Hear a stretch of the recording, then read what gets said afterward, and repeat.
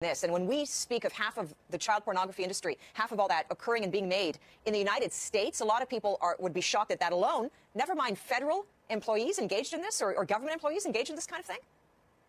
Yeah, Jack, not only federal employees, but the military with top security clearance. Apparently, military at the Pentagon, and the Pentagon decided not to even investigate 1,700 cases because they decided it wasn't a priority. Saying it's a national crisis of federal employees engaged in the child porn industry. A national crisis. What do we know about how pervasive this is?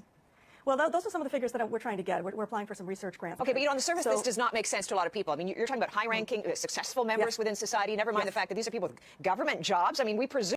Well, Jackie, you would assume, for instance, that if you were an assistant attorney general in the Department of Justice under Eric Holder, who claims he cares about trafficking of children, and you did child porn on your Department of Justice work computer, you assume you'd be held accountable. And Eric Holder refused to prosecute his own assistant attorney general who was caught doing child porn on his work computer at the Department of Justice. So when the impunity starts at that level, it just cascades all the way down. Okay, if you see child porn or you see child trafficking or child sex abuse, you'd call the police and you'd assume that the police would protect the child, right? But when the police are involved in the child porn industry, the police aren't going to help you. So who do you call? So then when I saw this story about what the IRS did in Maine with this Danish health club in Kittery, Maine, the IRS is very interested in going after this because of the money laundering aspect. I mean, what I'm hearing from you is that at every level, and no one can get to the bottom of how big this is because everyone at every level is involved in it. How has this been working? You've got to explain more about that.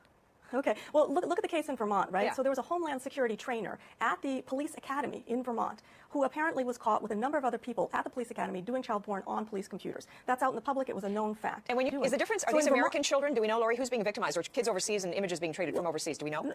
I mean, it goes all over because it's global. But of course, this is American children. If half of all child porn is being produced in America, these are American children. The crime requires a fresh supply of children all the time, and the under threes are the ones that they really want. Apparently, an under 3-year-old is considered platinum on the market.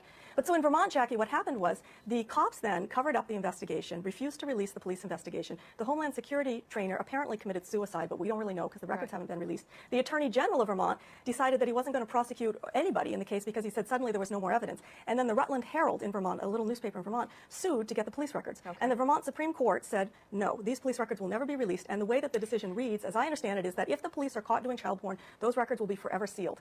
That is not in the best interest of Vermont's children. That is in the best interest of a pedophile ring in which police and judges are involved. Laurie, it sounds like the wheels are in motion.